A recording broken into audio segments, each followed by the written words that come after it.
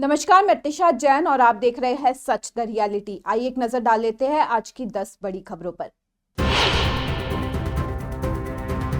गुवाहाटी के हाथीगांव क्षेत्र में एक व्यापारी की हत्या के मामले में पुलिस ने 4 संदिग्धों को गिरफ्तार किया है। बुधवार को मिली रिपोर्ट के अनुसार व्यापारी सैयद अली की हत्या व्यापारिक विवाद के चलते की गई थी। सैयद अली का शव शनिवार सुबह हाथीगांव स्थित उनके घर से मिला था। पुलिस ने मामले की जांच करते हुए गुवाहाटी के विभिन्न हिस्सों से 4 संदिग्धों राहुल अमीन, नजरुल हक, मोजामिल हक और अजीजुर अली को गिरफ्तार किया। ये सभी असम के धुबरी के निवासी है। गुवाहाटी के खानापाड़ा में 16 और 17 जुलाई की रात को आबकारी विभाग ने मेघालय से असम में अवैध शराब तस्करी के खिलाफ छापेमारी की और कई शराब की बोतलें जब्त की। इस छापेमारी का उद्देश्य मेघालय से असम में सस्ती शराब की अवैध तस्करी को रोकना था। छापेमारी के दौरान मेघालय से शहर में प्रवेश करने वाले कई वाहनों की जाँच की गई और अधिकारियों ने बड़ी संख्या में शराब की बोतलें जब्त की। असम पुलिस ने ग्वालपारा जिले में व्यापारी अशोक ग्वाल की हत्या के सिलसिले में कुख्यात डकैत जाहिदुल इस्लाम को गिरफ्तार किया है। इस्लाम डकैत गिरोह का ड्राइवर है और उसे खुफिया सूचना के आधार पर नंबर 2 बालादमारी क्षेत्र से पकड़ा गया। 8 जुलाई को अशोक ग्वाल को डकैतों ने लूटकर गोली मार दी थी। ग्वाल अपने बेटे के साथ धूपधोरा से घर लौट रहे थे और उनके पास बड़ी मात्रा में नकदी थी। पुलिस ने घटनास्थल पर पहुंचकर ग्वाल के शव को बरामद किया और जांच शुरू की। जल्द ही और गिरफ्तारियां हो सकती है।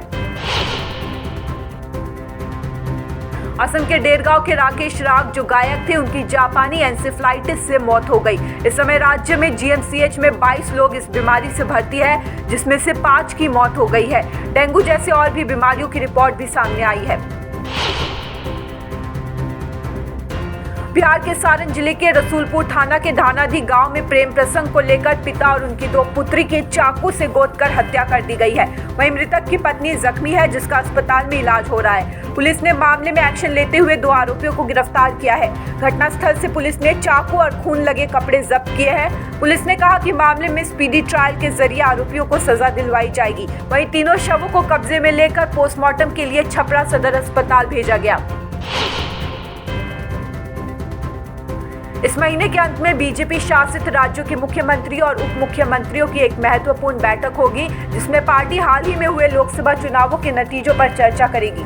सूत्रों के अनुसार इस महत्वपूर्ण बैठक में प्रधानमंत्री नरेंद्र मोदी, रक्षा मंत्री राजनाथ सिंह, बीजेपी अध्यक्ष जेपी नड्डा और गृह मंत्री अमित शाह शामिल होंगे। बताया जा रहा है कि बैठक में लोकसभा चुनाव 2024 में बीजेपी की उम्मीद के मुताबिक प्रदर्शन न होने पर चर्चा की जाएगी। इसके अलावा सरकार संगठन में समन्वय पर भी बात की जाएगी। पार्टी के कई और बड़े नेता भी इस बैठक में शामिल हो सकते हैं। देश में हुए आम चुनाव में भारतीय जनता पार्टी को बंगाल में करारी हार का सामना करना पड़ा था। इसी बीच बीजेपी नेता सुवेंदु अधिकारी ने पश्चिम बंगाल में भाजपा की राज्य कार्यकारिणी बैठक के दौरान एक विवादित बयान दिया है। उन्होंने कहा, हम सबका साथ सबका विकास नहीं कहेंगे, हम कहेंगे जो हमारे साथ है हम उनके साथ है। यानी सबका साथ सबका विकास का जो नारा पीएम नरेंद्र मोदी हर मंच से लगाते हैं, सुवेंदु अधिकारी ने उसे ही बदलने की बात कह दी है।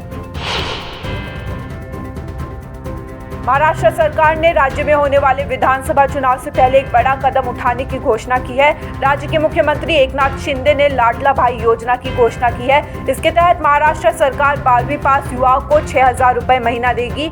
इसके अलावा डिप्लोमा धारकों को 8,000 रुपए महीना और ग्रेजुएशन करने वाले युवाओं को 10,000 रुपए महीने दिया जाएगा। कर्नाटक के मुख्यमंत्री सिद्धारमैया ने प्राइवेट कंपनियों में ग्रुप सी और ग्रुप डी की सभी नौकरियों में कन्नड़ लोगों के लिए 100% आरक्षण के ऐलान वाला अपना सोशल मीडिया पोस्ट डिलीट कर दिया है।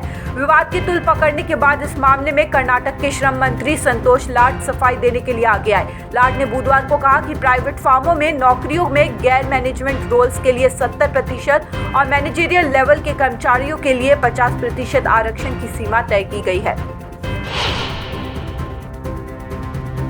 समाजवादी पार्टी के राष्ट्रीय अध्यक्ष अखिलेश यादव ने भारतीय जनता पार्टी में चल रहे घटनाक्रम पर चुटकी ली। उन्होंने कहा कि भाजपा अंदरूनी झगड़ों के दलदल में धंसती जा रही है। अखिलेश यादव ने एक्स पोस्ट में लिखा कि भाजपा की कुर्सी की लड़ाई की गर्मी में उत्तर प्रदेश में शासन प्रशासन ठंडे बस्ते में चला गया है। तोड़फोड़ की राजनीति का जो काम भाजपा दूसरे दलों में करती थी, अब वही काम वो अपने दल के अंदर कर रही है। इसलिए भाजपा अंदरूनी झगड़ों के दलदल में धंसती जा रही है। अखिलेश ने कहा, जनता के बारे में सोचने वाला भाजपा में कोई नहीं है। धन्यवाद। इसी तरह हम आप तक पहुंचाते रहेंगे देश और दुनिया की तमाम बड़ी खबरें। बने रहिए सच द रियलिटी के साथ।